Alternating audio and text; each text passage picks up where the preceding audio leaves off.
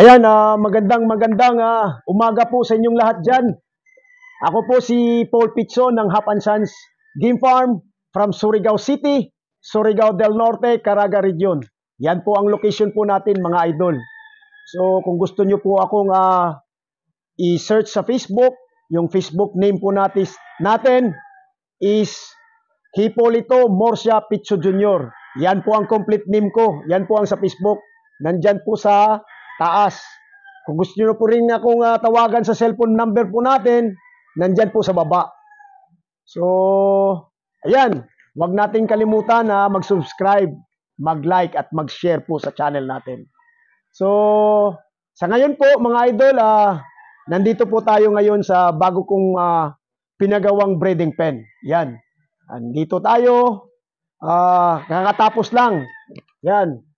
Yung breeding pen ko kasi mga idol is ganito. Ginagawa ko lang ng 3x3 square pins. Nilagyan ko ng plywood. Tapos lagyan ng buhangin dyan. So, each hole, kung isang ganito, pinakamataas na po ang tatlong pollet. Isang broodcock, broodstags. Yan. Ito po ay isang 18 holes. Kumpleto na po ito sila.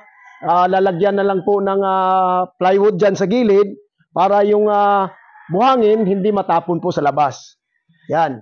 So, ito po ang pinagawa ko. Nandito, yan nandyan sa taas is yung gradas na po natin. Kaya yung breeding pin po natin nandun sa tapat ng gradas o sa gilid ng bahay ko. Pinababa ko kasi maalikabok at saka yun ay ginagawa ko na din ng receiving area. So, andito po. Yan, pinupinturahan po ng welder po natin na si, pangalan mo? Bongsiaw. Bongsiaw. Oh, yan. So, ito po, bababa po tayo. Yan, bababa tayo. Kakatapos lang talaga niya pag welding. Oh, kaya nga pinupinturahan. So, pag-approach nyo po sa yung mga bisita natin, pag-approach na sa bahay, ay makikita din, unang makikita is yung breeding area po natin. Yan. Aakyat. Oh. Yan, simple lang ang pinagawa ko. Pero magastos nga lang ba? Ganun talaga. At least yung mga natin, yung mga buyer po natin, ay pagtingin nila, ay maliwalas talaga yung manukan po natin. Naka-arrange, ganun. So, yan. Pinapuntirahan na. Pintura. Itong sinasabi ko na, tatlong pinakamataas na, yung tatlong pollet ang malagay dito. Tapos isang broodstag, so quadro. So yun, akyat tayo. Oh, yan, akyat tayo. So at least makikita natin yung view ng manukan po natin dyan sa likod. Yan, oh, tingnan nyo. Nakikita nyo na. So ngayon, tuloy-tuloy po tayo.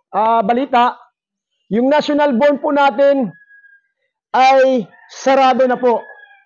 Hindi na po tayo tumatanggap ng mag-aabil ng pahulugan. Doon na lang po tayo sa late born.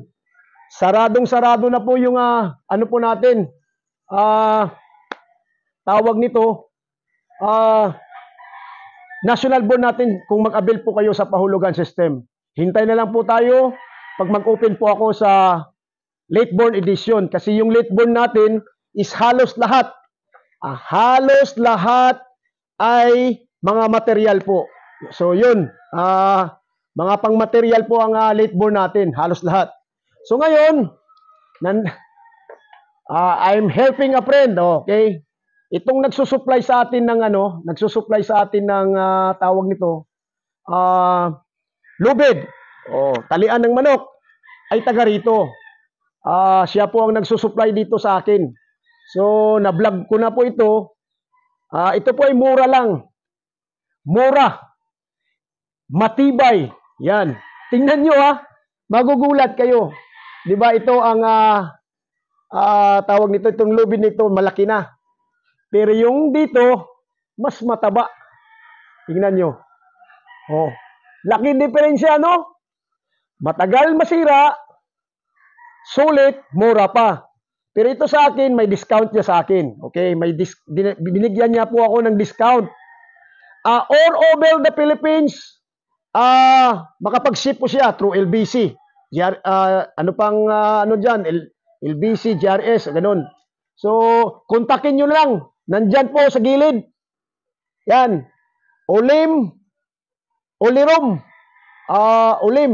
Binaliktad kasi niya yung Facebook account niya. Milo dapat yung pangalan niya. Sabi ko sa kanya, wag mo nang baliktarin. Pero nandyan naman po yung Facebook profile niya, saka yung number niya. Kukontakin nyo, number niya. Nandyan po. Matibay po, tapos mahaba. Tingnan nyo, isang dipa plus ganito. Yan, mahaba. At saka matibay talaga. Ito po ay isang asero. Hindi po aluminum. Tingnan nyo. Idol Milo or Olirom. Maraming salamat sa walang sawang pag-supply sa akin. Every year, nag-susupply po siya sa akin ng 300 na lubid. Ito po ang kulang niya sa akin, pinapadeliver ko na. Lahat po ng taga-Caraga Region, kunta kayo or taga buong Pilipinas, mura, matibay pa. Tingnan nyo. Yan, no? Ito ang malaki na, di ba? Solid na. Tingnan nyo. Di ba? Grabe. Parang kalabaw, sobra pa sa kalabaw. Tingnan mo. Ang lubira nito. So, natatawa nga si Bungsay, nagpipintura, natawa. Matibay talaga. So, yun po, mga idol, wag nyo munang maghingi muna ako ng dispensa sa inyo na hindi muna tayo tatanggap sa National Board. So, magpo-post lang po ako kung gusto nyo mag-avail sa pahulugan system sa Lakeborn, i-vlog ko yan, ipopost ko yan. So, yan. At least, masaya na po tayo.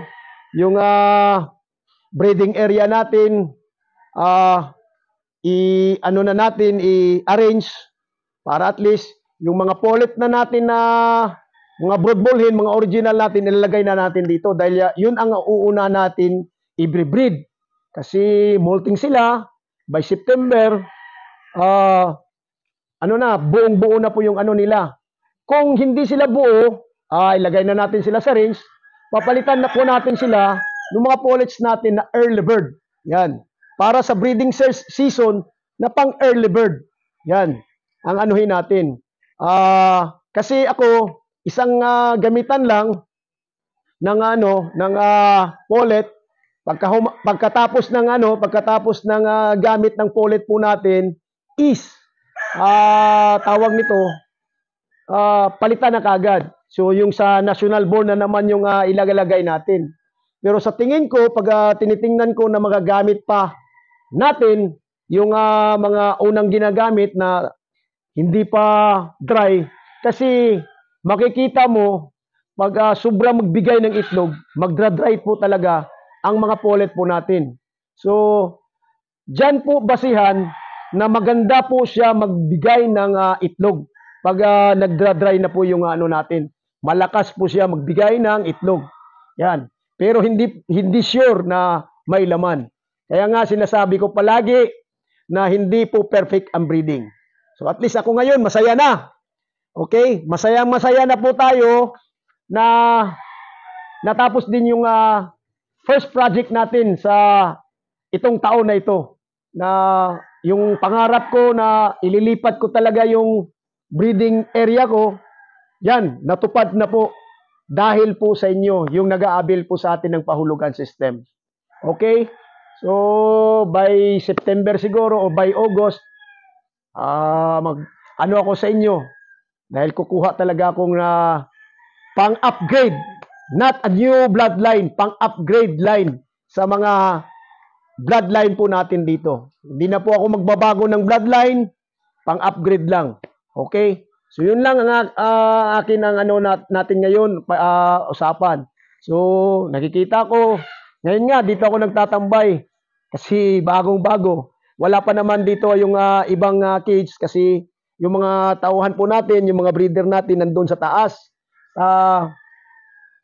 Yung ganitong 3x3 or square pins, kukunin na nila, ilalagay na nila dito. So yung doon, dahil mag-harvest na din po ako sa tawag nito, mag-harvest na din po ako sa national board natin. Yan. So ganun. Mainit po dito ngayon sa amin. Minsan umulan. Hindi po talaga dito. Maari na hindi umulan. Sa isang buwan, uulan talaga dito. Hindi kagaya sa ibang panahon, sa ibang lugar. Yung panahon nyo doon, pag init 4 months, init talaga 4 months. Kaya nga yung mga damo nyo ay namamatay. Sa amin, hindi. Hindi pa nga ako nakapag, yan. Green po yan, green. Kasi hindi namamatay yung namin, damo-damo, green po yan. Yan po ang area po talaga namin dito. Sinasabi ko sa inyo na wet talaga. Pag hindi ka marunong mag-breeding dito, pag hindi mo natutukan ang breeding, talagang hindi ka mabubuhayan ng sisiw dito. Kasi ulan, mainit, bibiglang ulan. Yan po dito. So, yan lang po mga idol siguro. Ang natin. Kasi ngayon, hindi muna tayo maghahawak ng manok kasi baka na naman ma-strike po tayo ni Whitey. Alam niyo naman, striktong-strikto. Mahirap na gagawa na naman tayo ng YouTube. Pero gagawa tayo pag ini-strike po tayo nila dahil wala naman tayong ginagawang masama. Diba? So, yun lang po. Huwag nating kalimutan, mag-ingat palagi. Pag magdasal po tayo, lagay po natin sa isipan, sa puso po natin si Jesus Christ. God bless. Good morning.